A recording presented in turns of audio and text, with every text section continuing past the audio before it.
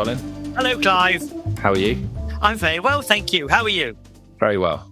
Welcome back to another edition of the Legal Training Podcast. And something a little bit different this week. We've gone topical and trendy, haven't we, Colin? We have indeed. Gosh, the Leveson Report. Is it a report or a review? The independent review of the criminal court, I think, to give it its official title, Colin. Right. You're very smart today. I thought it was a jackets off order, but clearly I'm wrong. I didn't get the memo. There we go. I thought I'd bring some sunshine with my tie as well. This is the most casual I get. This is great podcasting for those who are listening who can't see us on a camera as well, Colin. There we go. Yeah, we thought we'd go topical and trendy this week. How many pages is it, Colin? 378 pages in the document. Yeah, it's a good read, isn't it? It is, and I dare say it's a bit long for many people to really get their head around all of it. So what we thought we'd do was we'd read it for you and have a chat about it for about 45 minutes, an hour, and let you listen to that instead to help you get up to speed with what's coming down the line. Any introductory points you want to make, Colin? Yes, I think I do. If obviously you are minded to have a look at the actual report, you'll find on pages 15 through to 29 that there is a list of all the recommendations.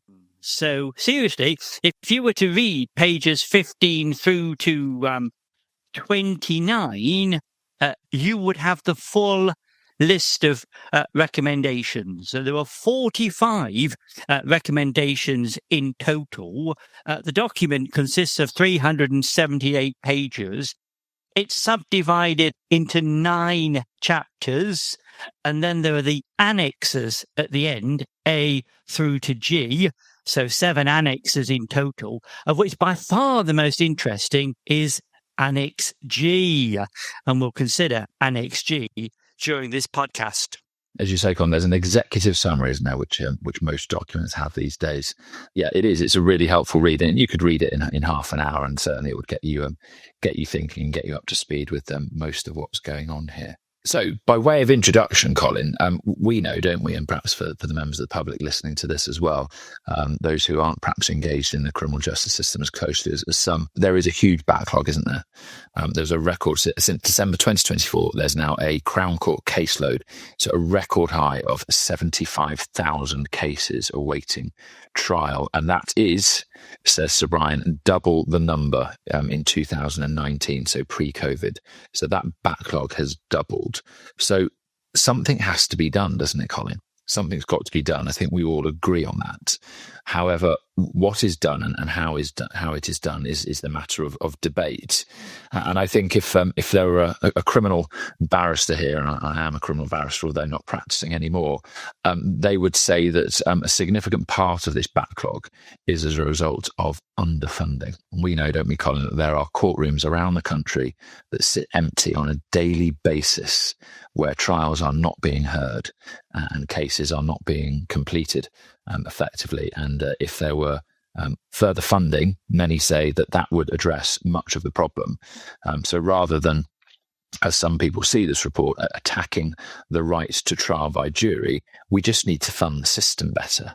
And I think probably those are the broad arguments, aren't they, before we delve into the detail here? Yeah. Were we not discussing yesterday the setting of trial dates now in certain Crown Courts? Did you say something like 2029? I did, Colin, yeah. Colin and I were talking about this yesterday, weren't we? Yeah, 2029, I understand some cases are being listed now, which is no good for anybody, be it the complainant, if they're not going to want to wait that long, their memory won't be as good, the stress and anxiety they're going to go through, and equally for defendants. You know, people may be suspended from work and awaiting outcomes of trials. It's just not acceptable in a civilized society, in a modern democracy, is it, Colin? I think we can all agree on that. It is truly a broken system. It is. Anyway, let's delve in, shall we, Colin? What are the suggestions for reform? How are we going to fix this system, or what's the suggestions and proposals? Do you want to kick off? Yeah, I suppose we could kick off with the first part of the review in relation to not bringing people into the court system at all. Out of court disposals. In fact, if I may quote recommendation 1, and there were 45 recommendations. Recommendation 1, I recommend that in all appropriate cases, when making a charging decision, police forces and the Crown Prosecution Service consider whether an out-of-court resolution should be offered. We're talking here about cautions, conditional cautions, and other mechanisms for disposal. Out-of-court resolutions. There's got to be some merit in that, hasn't there? Yeah, I think the first question really that the police and the Crown Prosecution Service have to ask themselves in this liaison is, does this person really need to be charged and to be brought within the courts aspect of the criminal justice system? That first recommendation is stopping the number of cases being added to the list effective, isn't it, Colin? Saying, right, let's not add to the backlog cases which could be dealt with in other ways. And sometimes, a caution can be quite serious for some people, can't it? It can have knock-on consequences for their employment, all those sorts of things. But as you say, Colin, is this a case that we really need to trouble the courts with? Could it be dealt with in some other way? If you recall, the Police Crime Sentencing and Courts Act, which obviously received royal assent back in 2022, there's an awful lot in that act about an entirely new cautioning regime at the peace station stage. It's sections 98 through to 121. We were given the code of practice in relation to this new regime back in May 2023, but it's all gone very quiet since then. If you were to look at those sections in the Act, you would see that the new regime, if it ever comes into force, consists of what we call community cautions and diversionary cautions. And they're doing away with the notion of a simple caution. Every caution will carry at least one condition. And when I read the sections, I thought, yep, fair enough. I wonder when that will come in. Well, here we are. We're July 2025. No sign of that new regime coming into force. So your suggestion is, Colin, recommendation 1. It's effectively there. It's on the statute books. Just get on and use it. Well, that's right. And in addition to cautions and conditional cautions, there might be other sort of resolutions which don't involve a caution, don't involve them being brought into the court service. But I don't want to underestimate the complexity of all this. There's going to have to be liaison between various bodies about what's on offer. And money, a lot of money is going to have to be thrown into the front end of the system, as it were, to keep people out of the court system. And then, of course, one's going to have to consider the Rehabilitation of Offenders Act and have a look at that with a view to what rehabilitations, if any, will apply given the new regime. One's also got to consider the effect in relation to law firms. Gosh, fewer people being charged and coming within the court system, well, that's going to have a massive impact upon the viability of firms operating criminal legal aid. And the Rehabilitation of Offenders Act, of course, dates back to 1974, doesn't it, Colin? But it was reviewed not so long ago, wasn't it, in terms of the periods required before a conviction, for example, became spent. But Sir Brian Leveson is saying that it needs further review as well, isn't he? Also, coupled with what you've just talked about, recommendation 3, I think, not just talking about out-of-court disposals for cases coming through, but they're saying, look, there's a massive waiting list. There's this huge backlog. Let's review some of those cases already in the system and see if we can take them out of the system and deal with them by way of an out-of-court disposal as well. So so not just let's stop more cases coming through. Let's try and reduce the number we've got by carrying out a review of appropriate cases where that out-of-court disposal could be used as well. Isn't that right, Colin? Yeah. He speaks in terms of let's have earlier intervention systems and procedures whereby people who are getting into trouble because of their drug taking or alcohol issues are offered appropriate help and assistance rather than simply charging them and bringing them into the court system. And, to an extent, they've done this as regards youths. Once upon a time, youth courts were really, really, really busy courts. I talk to practitioners now, and they say there's very little work going through the youth court. And it seems that unless it's a serious offence, there's going to be some sort of out-of-court diversion whereby you're not charged. So they know the blueprint. They've done it already for youths. Now it's time to adopt it for adults as well. Yeah, as you say, some places youth court only sits once, maybe twice a week, if that.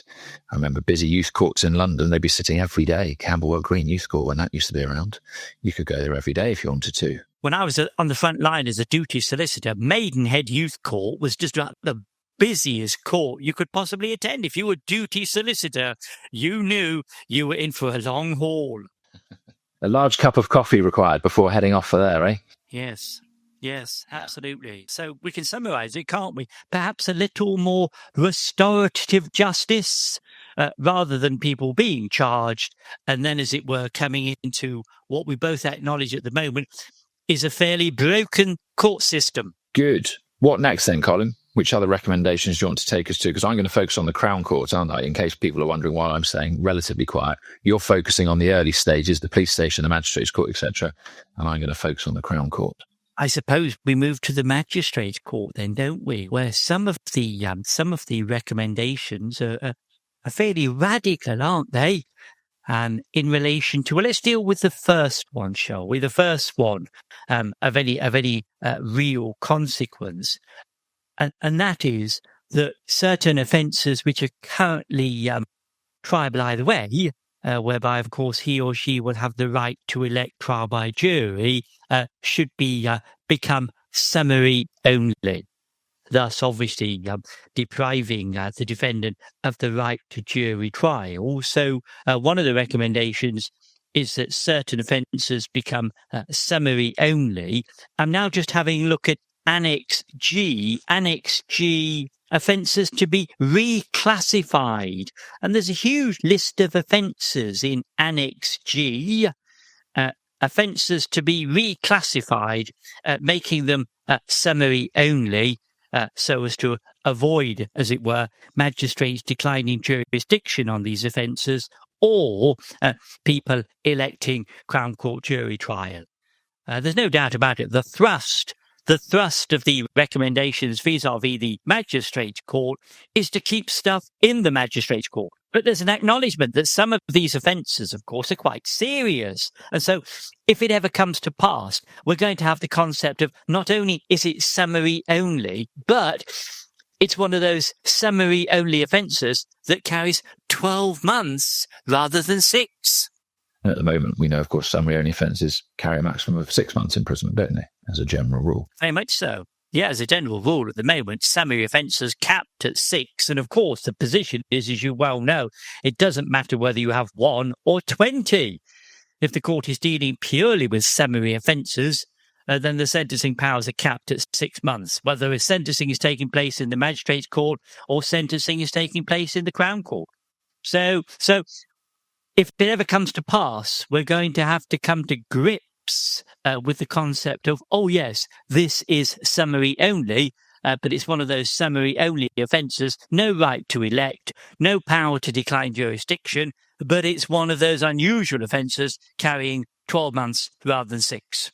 I haven't got time to go through all the types of offences that might be classified in there, but I suppose that the one type of offence that attracts comment in all of this are the dishonesty offences, aren't they, Colin? So one can see why a number of offences where people are currently entitled to a jury trial, why people might say, well, actually, do you really need a jury trial in that case? Can that not be better or appropriately tried by magistrates? And I'm sure in many situations people would agree. But it really is those dishonesty offences, isn't it, Colin, where we know as well, of course, that being convicted of a criminal offence can have consequences, but being convicted of a dishonesty offence can have serious consequences, can't it, in terms of losing your job? for example. And it really is that area where I think Parliament and the government, when they bring forward the legislation, that's where they really need to strike the right balance here if people are going to accept these changes and proposals. Because if, for example, even for what might seem to be a relatively low-level shoplifting of a bottle of wine from a supermarket, for example, it has the ability to create chaos in someone's life for them to, say, lose their job and all the attending consequences that come with it. So I think if we're going to focus on one offence, it's the dishonesty offences that's really going to cause issues and needs to be addressed properly, doesn't it? Yes, absolutely. I'm just picking one of the offences at random from this list, and it's making off without payment. Well, clearly, issue of dishonesty there. Theft of a pedal cycle. Clearly dishonesty involved there. Theft from a vehicle. And of course, you and I both know that it's sort of deeply ingrained within the psyche, isn't it, that if someone, the state, is accusing you of dishonesty, you should have the right to be tried by your peers. Gosh, that goes back a long, long way, doesn't it? And think about it. Do you remember when they introduced that offence of theft by way of shoplifting, value £200 or below? That's section 22A of the Magistrates' Courts Act 1980. They did something rather odd, didn't they, when they introduced that offence? They said, look, this is a summary offence in the sense of magistrates could never decline jurisdiction on it. However, the defendant always had the right to elect. Why? Well, because of this deeply ingrained notion that if you're accused of dishonesty, you must always have the right to trial by your peers. And that was why the right to elect was retained. Yeah. And the report's well worth reading on that. So Brian's done his homework, as you'd expect him to, and talks about that, sort of the mentality of people towards jury trials, and mentions, of course, Magna Carta, and compares it with other systems, other common law systems. And we'll talk later about where he's suggesting that cases should be dealt with by trial by judge alone, and which is a system already in operation in other English-speaking common law countries such as Canada and New Zealand and Australia, for example. But if you go to somewhere like America, which isn't mentioned, it's a constitutional right, isn't it, Colin? It's in the Constitution that you are entitled to a jury trial in certain circumstances. And I think that's how it feels to many people, doesn't it? People who aren't as close to the criminal justice system as us and haven't practiced, but that they just feel that if they or a friend or a colleague were accused of something like that, they're entitled to be tried by a jury of their peers rather than by anyone else. That's going to lead to some interesting debates in the House, isn't it, as to whether or not those changes are made. Can I also mention, please, a couple of other points of a sort of somewhat legalistic nature? In relation to this new summary offence, which carries a maximum of 12 months, need it be charged within 6 months? Because I'm sure you know, Clive, that the normal rule contained within section 127 of the Magistrates' Courts Act 1980 is that if it is a summary matter, then proceedings should really be instituted by way of charge within 6 months of the commission date of the offence. We know, don't we, that there are various exceptions to that already. Sir Brian Leveson considers whether or not there ought to be an exception to the need to charge within 6 months in relation to these summary offences, which will carry a maximum of 12 months. So it may be, if it ever comes to pass, that we have another raft of offences whereby, albeit it's summary, you don't need to bring proceedings or charge within 6 months of the commission date of the offence. You and I can both see this is going to require a lot of amendment to current legislation, isn't it? Case law that we've been familiar with now for some time. Dougal, for example, 2018, in relation to charging under 127, all those sorts of things are going to be ripped up and we're going to have to start again, aren't we? So there's a lot to be worked through in all of this, isn't there? There is a lot to be worked through. Seriously, there is an awful lot to be worked through. And the more you read the report, as it were, wearing your hat as a barrister, which I am, the more you think, oh, well, that's going to need amending. Take, for example, PACE, Clive, the Policing and Criminal Evidence Act of 1984, in relation to the powers of the police to search, to enter premises and search, and to seize items from the premises. Well, of course, you and I both know that those powers of seizure and search are predicated upon the offence being indictable. Yeah. The word indictable gets used in the various sections. Well, these offences won't be indictable. They'll be summary only. So there are tentacles, as it were, if I can use that word, spreading throughout all other bits of legislation. So it's a lot of work. It's not simple to introduce these changes. No, quite as you say, Colin, that's a piece of legislation that's over 40 years old, and it's going to have an impact on that, isn't it? So it's about time PACE was rewritten, because in its current format, it is virtually unreadable. It's dreadful at the moment. There we are. That's something for another day, eh, Colin? Hey, it's like a house with all add-ons, and it just doesn't make sense anymore. It's like a warren. As long as we keep the sections and the same number, so I don't have to relearn all those, Colin. So we then, if I may, Clive, go to another schedule within Annex G. As I said earlier, you've got Annexes A through to G, of which Annex G is by far the most readable. Now, Annex G contains a whole raft of offences, and it's headed offences which will have the right to elect restricted. So insofar as these offences are concerned, you won't be able to elect to go to the Crown Court. You just won't be able to elect. These will be either way, in the sense of justices or the district judge could still decline jurisdiction, but you won't have the right to elect. I would have thought, looking at the offences on this particular list, I would have thought most of the time jurisdiction will be accepted. Because, of course, as far as this list is concerned, the only thing that's lost, I know it's major, but the only thing that's lost is the right of the actual defendant to elect. There'll still be the opportunity to decline jurisdiction, which I don't think will happen. But more importantly, with these offences, these are not summary only, you understand, and post-conviction, there will be the possibility of committal to the Crown Court for sentence under Section 14 of the Sentencing Act 2020. Can I just give you the first offence on this list? Assault on an emergency worker. Yeah. No power to elect. Justices may decline jurisdiction, although I suspect they won't.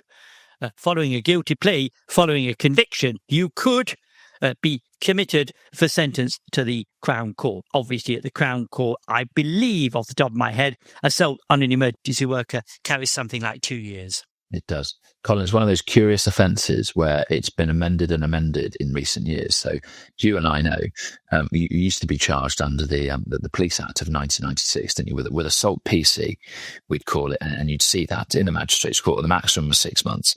And Parliament understandably said, well, this isn't long enough in those circumstances for when someone, such as a police officer, for example, is assaulted. So we're going to double the sentence to 12 months. And that's what they did. And then, of course, they changed the magistrates' court sentencing powers to say that for an offence such as that, they could sentence up to 12 months imprisonment, which meant all those offences could then be dealt with by magistrates. And then the same, we had a different prime minister, but the same Conservative government then said, we're going to double the sentence again from 12 months to 2 years. And all of a sudden, these cases can no longer be dealt with in the magistrates' court, and they're going to have to be dealt with in the Crown Court instead, because, as we know, defendant has a right to elect jury trial in those situations, which more often than not they will, where there are police witnesses, where it's police officers giving evidence. Yep. They will not fancy their chances in front of a lay bench or a district judge, and they would much prefer to go in front of a jury. So it's been a curious offence, hasn't it, over the last few years, Colin, in terms of magistrates' powers being amended so they could deal with it, sentence being doubled and then doubled again. But yeah, it's the classic example, isn't it, of the kind of case now where when we step back and say, look, this is the kind of case that should be tried in the magistrates' court. Yes. And, if it all comes to pass, we've got to be so careful with our language, because the language we use at the moment is deeply ingrained. I mean, forgive me. You mentioned, electing so as to have a trial by jury. No, it's not so as to have a trial by jury, but rather so as to put the matter before the Crown Court. In other words, simply because the matter's before the Crown Court, you're by no means assured of a jury trial. More of that, of course, more of that when we come to deal with the amendments as proposed for the Crown Court. But at the moment, of course, a person elects, do they not, so that they can have consideration of a trial by jury? That won't be the case if these measures come in. Well, it won't be guaranteed, will it? Far from it, Colin. Certainly not. Yeah. Now, can I just mention, because we did mention it, didn't we, this business of theft by way of low-value theft, shoplifting £200 or below. We were talking about this yesterday, you and I, were we not? That is in the Crime and Policing Bill of 2025, that particular crime is going to be abolished as such. It's going to be theft, like any other theft, carrying a possibility of 7 years on indictment. And again, all the case law and everything that goes with that will suddenly become redundant overnight, won't it, Colin? It says in the report, this change aims to remove the perceived immunity granted to shop theft of goods to the value of £200 or less, and apply maximum sentencing powers of 7 years to all thefts. And yet, part of me thinks, well, if it's theft by way of shoplifting £200 or below, is that not something that would cry out for an out-of-court resolution whereby you're not even brought into the court system at all? Do we really want the court system clogged up with low-level theft by way of shoplifting? Quite. And often those sorts of things, those sorts of offences, Colin, as we know, are committed by drug addicts, aren't they? Sometimes, young single mothers, for example, stealing baby clothes, those sorts of things. And they need help, quite frankly, more than a prison sentence or going through the court system, don't they? But there will be those few cases, won't there, Colin, where the out-of-court disposals just haven't worked, and the only way to deal with it is by way of pushing them through into the court system. But hopefully lots of things will be tried before it gets to that stage, one would have hoped. Absolutely. And then if you're before the court for theft by way of low-value shoplifting, £200 or below, it carries a maximum, or will do, once the changes come into force, of 7 years. But, let's be realistic. What are you going to get in terms of a custodial sentence for low-level theft? It's always an interesting conversation in the cells, wasn't it, Colin, when they were charged with theft? And they said, well, I didn't steal it. I was merely handling stolen goods. And then you pointed out to them that the maximum sentence for handling stolen goods was double that for theft. And the Court of Appeal have said that without handlers, there wouldn't be thieves. So now then, would you like to reconsider your position? Did you steal it, or did you buy it off John in a dog and duck last night? Oh, well, actually, now you mention it. Yeah, that's right. If I had £1 for every time I had that conversation. This podcast is recorded on behalf of Legal Eagle Training. You can find us at legal-eagle-training.com. Legal Eagle Training has nearly 100 one-hour recordings already on the website, and most of which come complete with notes. We've been doing these now since June 2020 on topics as diverse as the Magistrates Court, including the Youth Court, life at the police station, road traffic, advocacy, Magistrates Court advocacy, Crown Court advocacy, criminal law updates, including case law and the latest legislation, and the subject we both know most dear to your hearts, the billing of criminal legal aid. The website is constantly being updated with new courses on the latest topics. We add 2 further presentations on the website per month. Each presentation lasts an hour and comes with a full set of notes. Do visit the website, as there's going to be something there that appeals to you as someone involved in criminal law. Right, back to the episode. Looking at it in a wider context, as I was reading the report, I was thinking, we're really, as a society, going to have to ask ourselves basic questions, such as, who are we prepared to live with in the community? Yeah. Who are we prepared to live side by side with? Who do we really want in the court system? Who do we really want to be locked up? We seem to almost, I don't know, obsession is the wrong word, but we really seem to have a thing, don't we, in this country, about sending people down. Yeah, and for longer and longer. For longer and longer. Yeah. Yeah. Whereas in the Netherlands, for example, Colin, they're closing prisons. Yes. Small shopkeepers would say, well, you can't give these people carte blanche authority simply just to raid the shelves in our shops and run out without paying. Clive, that's the balancing exercise, isn't it? Well, quite. And I was thinking exactly that when you talked about low-value shoplifting, that often the issue is not people coming to the courts, it's the fact that it's just not responded to and dealt with by the police for reasons that are outside the scope of this podcast, but for simply funding reasons yet again. There was a time, I think, certainly in London around Christmas as well, that anything under £200, the police just didn't have the capacity to respond to. They really didn't. The Met Commissioner says that football teams should be contributing towards the £70 million it costs to police Premier League matches across there. And hopefully, if that did happen, then we might be able to respond to these shopliftings, won't we, Colin? Funnily enough, I was in the co-op. On Saturday, doing a little bit of shop, buying the broccoli and stuff like that. And a guy rushed in, picked up a wodge of Stilton cheese, and ran out with it. Well, he didn't run out with it because a big customer at the doorway who was just coming in, grabbed him. I said, I don't think so, mate. Wow. At that point, the person decided to put the cheese down and run off. You heard about the explosion at the cheese factory? No. There was debris everywhere. Oh, there was debris everywhere. Very good, Di, very good. Oh dear. Quick, move on. I've got a whole repertoire of cheese jokes, Colin. Oh, gosh. I don't really think there's an awful lot more to say. As I say, the two huge proposals are to convert some either offences to make them summary only, and to convert other offences whereby, they are either way in the sense of jurisdiction could be declined, but it takes away your right to elect. So, Clive, shall we move seamlessly on to the Crown Court? Now, what's going to happen when you get to the Crown Court? If I was to headline the two significant changes in relation to the Crown Court, it would be the creation of the Crown Court bench division and also the restriction to the right to trial by jury. You've talked already, Colin, about reclassifying offences so they wouldn't even get as far as the Crown Court. But just because you've got to the Crown Court as a defendant, under the current proposals, that wouldn't guarantee you a Crown Court trial before a jury. It might get you, or would get you, in the alternative, a trial before the Crown Court bench division, which would be a Crown Court judge and two magistrates. However, it would only be in the most serious of cases where you'd be entitled to a trial by jury in cases such as murder, for example.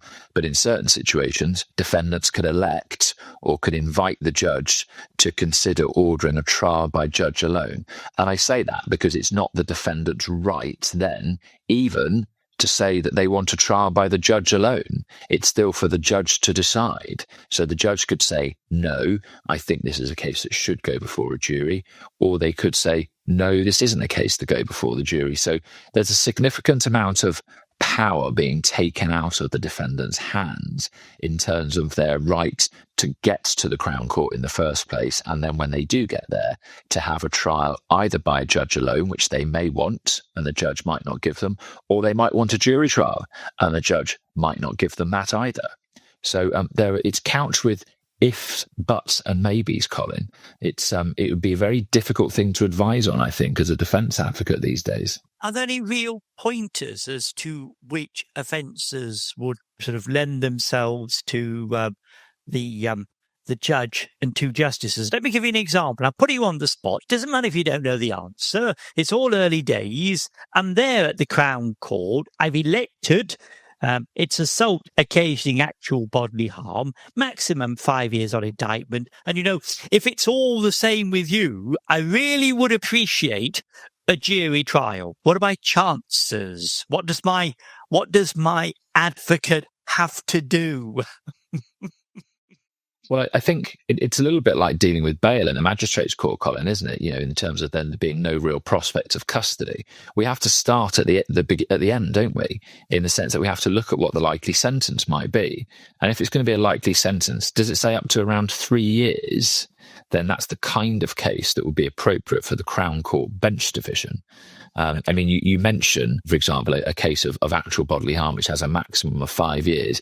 I don't think I ever had anybody get the maximum for ABH. It's very unusual for anyone to get the maximum. And so you'd be looking at a top end ABH, wouldn't you, of where you're going to get 3, maybe 4 years. I think I did once have a client get 3.5 years for ABH.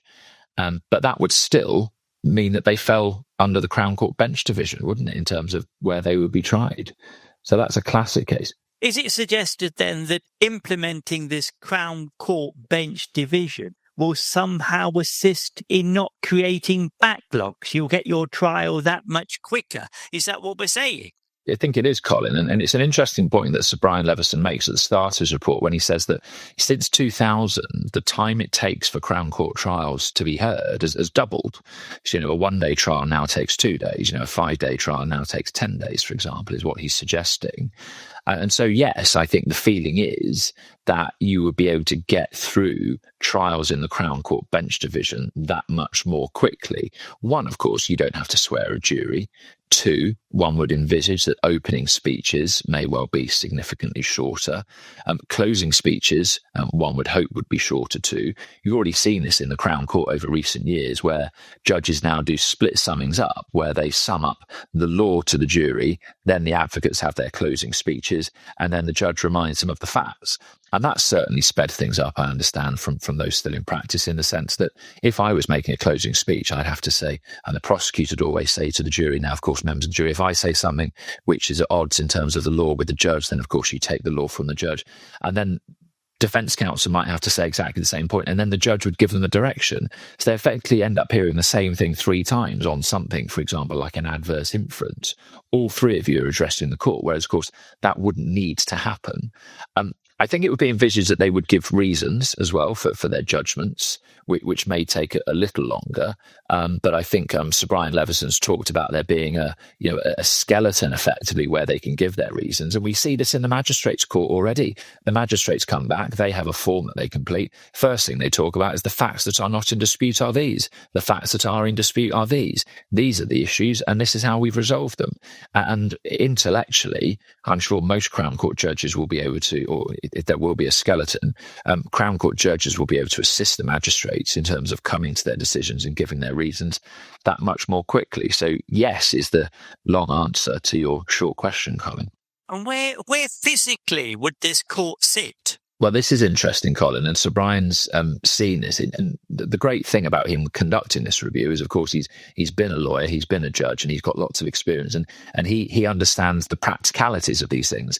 And one of the other recommendations, which we didn't mention when talking about the magistrates' court, is a suggestion or a recommendation that proceedings in the magistrates' court should now be recorded. And of course, the benefit of that, he then says, is that in terms of where these trials could take place, subject to accessibility and capacity, that the Crown Court bench division could actually sit in a magistrates' court using their courtrooms, for example, or, of course, sit in a Crown Court using the Crown Court building there. But, of course, one would think that the Crown Courts should be reserved and used for jury trials just because the architecture of the courtroom lends itself far more easily to that. But a magistrates' court with 3 judges sitting on the bench, it being recorded, it should be able to deal with hearings before the Crown Court bench division. And of course, rights of audience preserved for those who currently appear before the Crown Court. So it would mean that those who can only appear in the magistrates' court at the moment would still only be able to appear in the magistrates' court, unless, of course, they went on to get higher rights. Very similar format, if you think about it, to the format we currently have vis-à-vis appeals, because appeals, of course, retrials at the Crown Court dealt with by a judge and 2 justices who didn't sit on the trial below. We do have that as a working format, don't we? Have had it for a number of years. Yeah, I agree. But it's not trial by your peers. We've mentioned appeals, Colin. Do we want to talk about those briefly? Because this is going on in parallel, it should be said, with a current review by the Law Commission, and that consultation is currently still open until I think a little bit later this month. So it's going on in parallel, and there's suggestions and recommendations about appeals. Colin, do you want to talk about those? Yeah, there are, in the sense of, we know, don't we, that if you want to appeal from the Crown Court to the Court of Appeal, it's not an automatic right of appeal. It's not something that's built into the criminal justice system.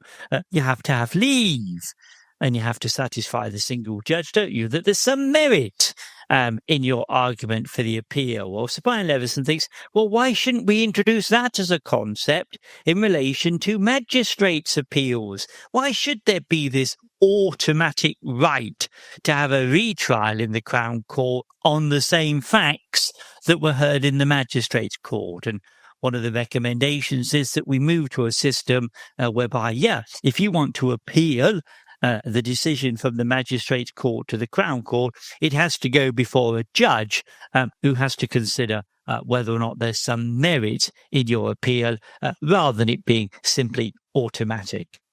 I can see the merit in that. Would just be nice to know what the stats currently are in relation to people who exercise their right to have an automatic rehearing at the Crown Court. Anecdotally, I didn't feel like it was many, Colin. More people appealed their sentence than their conviction, obviously. Some appealed both. Yes. But yes, I can see the merit in that. And I mean, everything's up for grabs, isn't it, when a review like this takes place? And I can see the benefit of that. Let's come on to restricting jury trial and that in a few moments, because actually Chapter 7 of the report is really interesting, because it's about reforms that could be made and implemented very quickly, and arguably some of it without legislation, some of it with. But Sir Brian makes a number of recommendations from 23 through to 29. And one of them he recommends in the Crown Court is that there should be an urgent criminal practice direction to set out an expectation that an advance indication of sentence will be given in every Crown Court hearing, the plea and trial preparation hearing. And what he also suggested is that the plea and trial preparation hearing should be delayed so that more progress and preparation can be made. So what we're trying to do is we're trying to front load decisions being made, such as guilty pleas, for example, rather than not guilty plea being entered, trial day set. And then, of course, we go away and do a lot of the work and prepare, by which time we then turn up on the day of trial. And of course, people plead guilty or the case needs to be dropped for whatever reason. So he's trying to encourage a system whereby we front load these decisions. And I have to say, whenever I went to court, certainly a PTPH client always asked me, what am I going to get? What am I going to get? Now, it's one thing for me as their defence barrister to tell them what they're going to get, but I think it carries a little bit more weight in their own mind, doesn't it? If the judge says that, were you to plead guilty today, this is what I would give you. That may get them thinking seriously. Some judges did it even without you asking. They would give broad indications such as, if your client went to plead guilty today, wouldn't result in his immediate imprisonment, for example. Those sorts of things. So Sir Brian certainly recommended that. The PTPH form should be updated to indicate that. And there are already two boxes we have to advise clients about, don't we, on the PTPH form. One, have you advised your client about credit for a guilty plea? Two, have you advised your client what will happen if he doesn't turn up for his trial, namely that the trial will proceed in absence? And the third one will now be presumably on that tick box. It's been a while since I've looked at the form. There may be other questions, but the third one will be, would your client wish for an advanced indication of sentence? So it's just another one on the checklist. That's right. And dealing with that aspect in the magistrates' court, currently, as you know, under the Criminal Procedure Rules 2020 as amended, the lawyer can ask for an indication as to whether it's going to be custody or non-custody at the magistrates' court stage. But it seems to me that legal advisors seem to be advising magistrates at this stage not to give such an indication. Well, I don't know about you, Clive, but I think that's got to change. That's got to change, because there are many clients, as we know, who are fearful of pleading guilty because they're fearful of custody. You take that fear away from them and they'll put their hands up to it. And we've all appeared before district judges who've said, well, I don't know what the issues are in this particular case, but I wouldn't be thinking of custody. Oh, thank you, sir. Thank you, ma'am. I'll just take some instructions. Yeah. Thank you, judge, as we call them now, don't we, in the magistrates' court, Colin? Thank you, judge. Yeah, there we go. But and the other, we've mentioned it in passing there, the other big recommendation, Colin, is in relation to credit, isn't it? Credit for guilty pleas. Yeah. So Brian has said, let's increase it. Instead of it being 1/3, 33%, let's have 40%. 40% at the first appearance in the magistrates' court, going down to 1/3, 33% at the PTPH, which is an increase on what it is currently, certainly in terms of either way and indictable only offences, isn't it, Colin? We're expected to have indicated our willingness to plead guilty at the magistrates' court stage, and we've got all those Court of Appeal authorities, haven't we, cases of Hodgin and Placu, etc., telling us all of that. The Court of Appeal have been very firm about that. And then after that 1/3, Sir Brian's recommended that there should be a discretion. And I listened to Sir Brian on a podcast last week, and he used the example, Colin, of a fraud trial. A fraud trial that's going to take 12 months. Should the defendant really only get 10% on the day, when if he were to plead guilty on the day, he would save thousands and thousands of pounds in terms of the trial? Now, I appreciate some may say, well, that's a bit unfair, because the more serious the case you're charged with, the more credit you're going to get for pleading on the day of trial. And I can see that argument. But equally, when one steps back and thinks, look, in terms of public interest in all of this and public funding, money and all those things, there has to be a significant public interest in those who are facing the longest trials, pleading guilty, even at that later stage.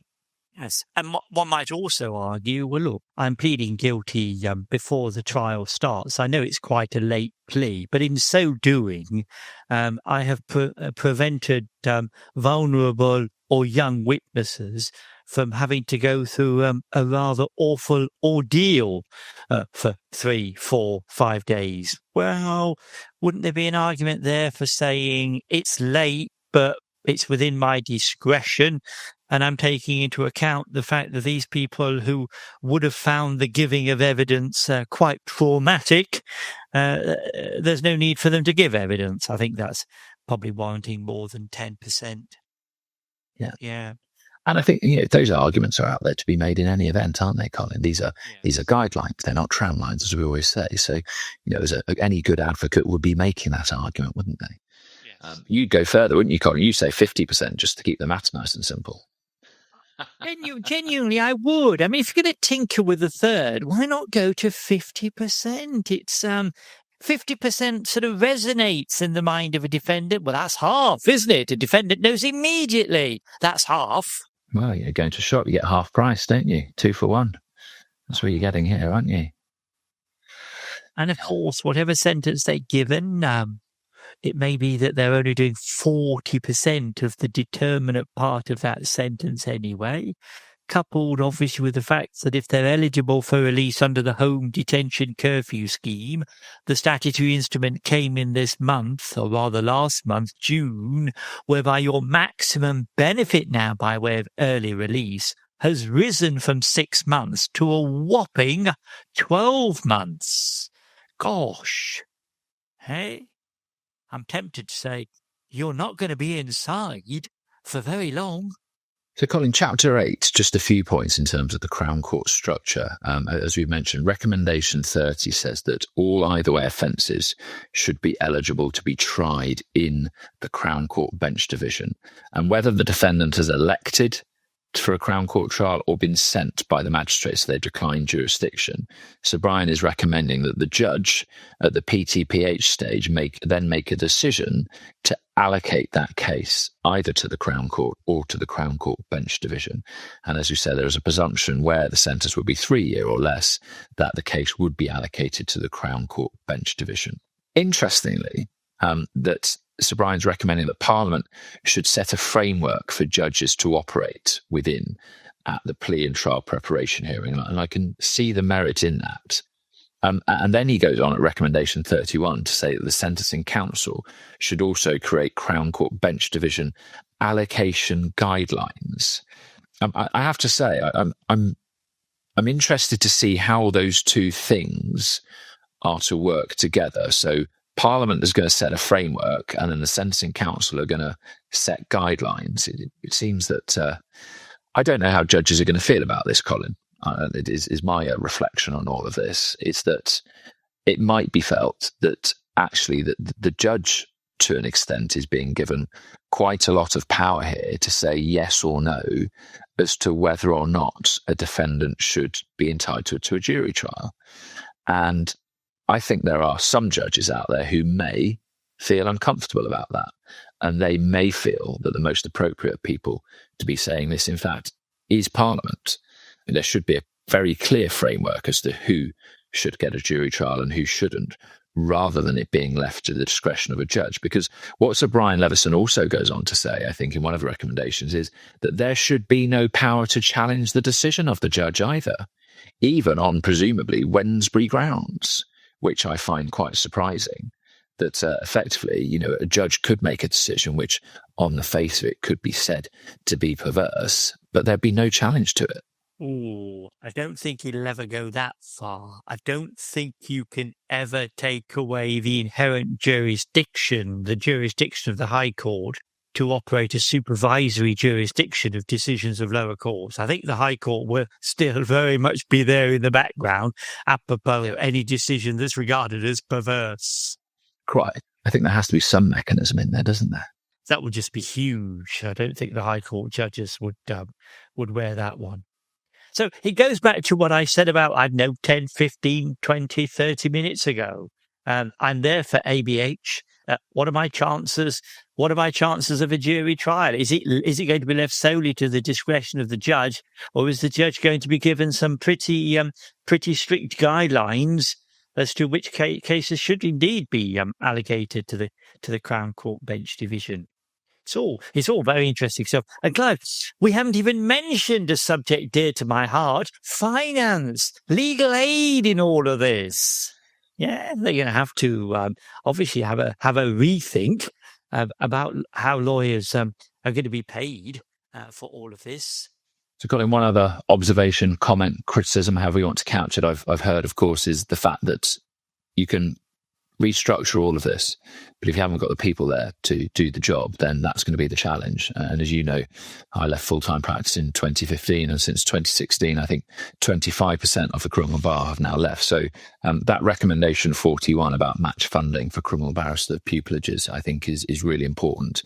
And because, as we say, if we haven't got the people, we know, don't we, Colin, there are a number of trials that are adjourned every year now because there is no defence counsel or is no prosecutor. So we can tinker with this all we like, but if there aren't the people to do the work, nothing's going to change, is it? No, absolutely. It does rather sadly come down to money, does it not? And if there isn't the money put into the new system, whatever system you implement, it's not going to work. Well, just talking about money for one moment, just before we do wind up, I do like the suggestion that obviously it's got to be made attractive in terms of a guilty plea for the defendant, but of course it must be also attractive in a monetary sense for lawyers as well. And perhaps the system is skewered a little bit too much in terms of remuneration when not guilty pleas are entered. I hope I put that properly. I'm not suggesting for one moment that solicitors would be advising their clients solely based upon the financial aspect of the case, but there's got to be some sort of balance. There's got to be in everybody's interests within the system that the system deals with timely guilty pleas, is all I'm saying. No, it's a really interesting point, Colin, because in all of this, it's the psychology of it all, isn't it? We all put off difficult decisions, difficult things, and pleading guilty to a criminal offence is a very difficult thing to do, particularly if you might be going to prison, for example. You might, for example, much rather serve your sentence in custody on remand as a remand prisoner than as a convicted prisoner, because as we know, you get more privileges like visits, wearing your own clothes, all those sorts of things. So the psychology of all of this is important, Colin. You're absolutely right. It is. It is, and obviously, finance has a role to play in a system whereby the defence, in terms of barristers, in terms of lawyers, we don't actually have a state system as such. We have a system of criminal legal aid, private enterprise, criminal legal aid, and whatever system you implement, it's got to work, it's got to function. Otherwise, people just drop out of criminal legal aid. There we are. On that happy note, Colin. Anyway, Clive. Yes, on that happy note, I think we've done our best, haven't we, to give people a glimpse as to what the future might be. It'd be interesting to follow the arguments in the House as to all of this and what gets through and what doesn't get through. Well, we'll certainly keep an eye on it, Colin, and as and when we feel it's appropriate to update everybody, then we'll undoubtedly record part 2 to all of this, which we should say, Sir Brian Leveson's review is only the first part, isn't it? And there's a second part still to come later on this year. Yeah, absolutely. So there you are. Say goodbye, Clive. Goodbye, Clive. Goodbye. Well, thank you for tuning into this particular edition of the Legal Eagle podcast. We do hope that you've enjoyed it. You can find further episodes on our website, legal-eagle-training.com. On behalf of myself and Clive, thank you. Say goodbye, Clive. Goodbye, Clive.